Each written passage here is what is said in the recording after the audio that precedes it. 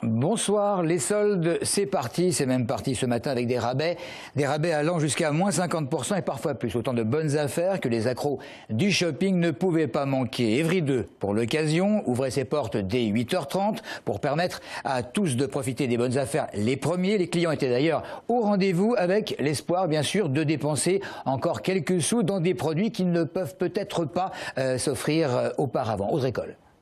Ils veulent être les premiers et pour cela, ils se sont levés tôt. Dès 8h30, les clients attendaient l'ouverture des magasins.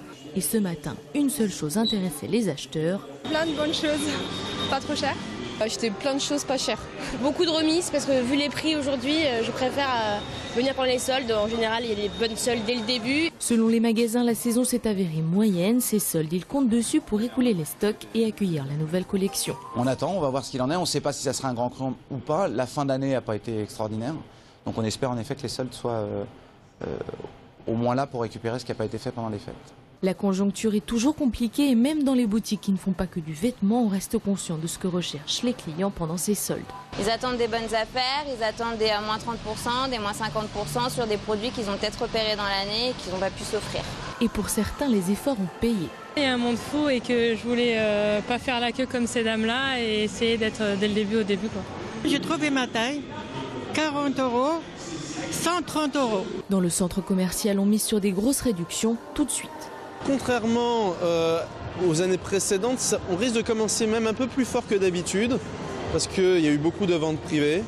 Il y a la concurrence d'Internet et les commerçants ont compris que maintenant il faut taper fort tout de suite. Pour cette première journée, le public était au rendez-vous. Les clients ont maintenant jusqu'au 11 février pour dénicher la perle rare à des prix toujours plus petits. Une nouvelle fois, le bureau du Sénat refuse de lever l'immunité parlementaire de Serge Dassault dans le cadre de l'enquête sur des achats présumés de vote à Corbeil. La ville en y a été le maire. Une levée qui aurait pu permettre à des juges de placer l'industriel et sénateur en garde à vue si cela s'était avéré évidemment nécessaire à leurs yeux et de perquisitionner ses locaux. Alors dans son opposition, la réaction n'a pas traîné, notamment celle de Carlos da Silva, le député PS, patron de la Fédération socialiste dans le département, dénonce ce qu'il qualifie de décision inadmissible qui, dit-il, porte atteinte au bon fonctionnement de la justice. Fin de citation. Il aurait manqué 2 voix socialistes pour lever l'immunité en question.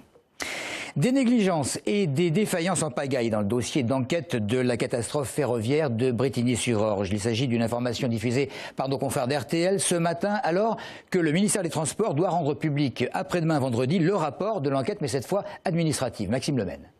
D'après les experts cités par RTL, les maintenances étaient tour à tour légères ou aléatoires.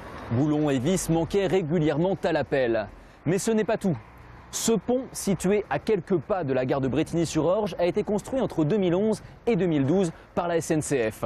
Selon l'information diffusée par nos confrères ce matin, ces travaux auraient pu provoquer des vibrations sur les rails. Dans un rapport publié en novembre, la SNCF mentionne le remplacement de ce pont-rail, mais ne le retient pas comme cause probable de l'accident.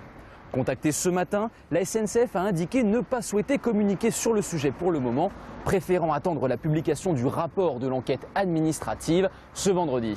Quant aux experts qui participent à l'enquête judiciaire, pour le moment, ils sont dans l'attente de l'accord des juges pour procéder aux analyses métallurgiques qui devraient prendre au moins 2 mois. Reste également à interpréter la reconstitution 3D, sans compter les enquêtes parallèles du même type qui sont actuellement menées sur le réseau. Vous l'aurez compris, au mieux, les experts devraient rendre leur rapport au mois de juin. Et pour rappel, le déraillement du train Paris-Limoges, c'était donc le 12 juillet, avait fait 7 morts. Et Guillaume Pépi, le président de la SNCF, avait annoncé le mois dernier que l'entreprise ferroviaire ne ferait pas appel en cas de mise en examen. Quelques chiffres à présent rappelés par nos confrères d'Essonne Info concernant la progression du chômage en Essonne. Notre département est le 2e ayant le taux le plus bas de l'Île-de-France, un taux de 7,8%. Mais l'Essonne a quand même connu entre novembre 2012 et 2013 un accroissement de près de 4200 chômeurs supplémentaires. Et il y a actuellement 52 600 personnes sans emploi. L'affaire Dieudonné, à présent, avec cette fameuse quenelle très médiatisée et que 2 lycéens de Montgeron, de 17 ans, ont voulu immortaliser en la photographiant à l'intérieur de l'établissement scolaire. Mal leur en a pris puisque les 2 ados ont été brièvement placés en garde à vue avant de passer demain, en principe, en conseil de discipline. Rappelons que la quenelle prônée par Dieudonné est souvent perçue comme un geste antisémite. Voici, à propos de Dieudonné, quelques avis recueillis par des Essonniens quasi anonyme. Visiblement, il n'aime pas trop certaines personnes et c'est un peu...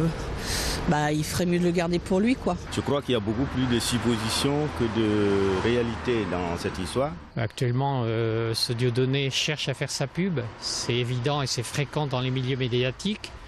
Il a poussé un peu trop loin et il prend la claque qu'il mérite. Quel que soit ce qu'ils disent, c'est des blagues pour moi. Qu'aujourd'hui, l'affaire est allée bien trop loin et que des sanctions doivent être prises. Il y a d'autres personnes, ne serait-ce que Coluche, qui était aussi un petit peu limite. Je pense qu'on fait beaucoup trop de battage pour quelque chose qu'on devrait laisser passer inaperçu parce que c'est lui faire de la publicité supplémentaire gratuitement. Et parmi les derniers avis émanant de personnalité, celui de Malik Bouti. Malik Bouti qui considère que Dieudonné n'est plus un humoriste mais un militant politique. Le député essonnien ajoutant qu'il nourrit l'antisémitisme à sa manière et s'occupe du prolétariat en entretenant des mythes sur la question noire. Fin de citation.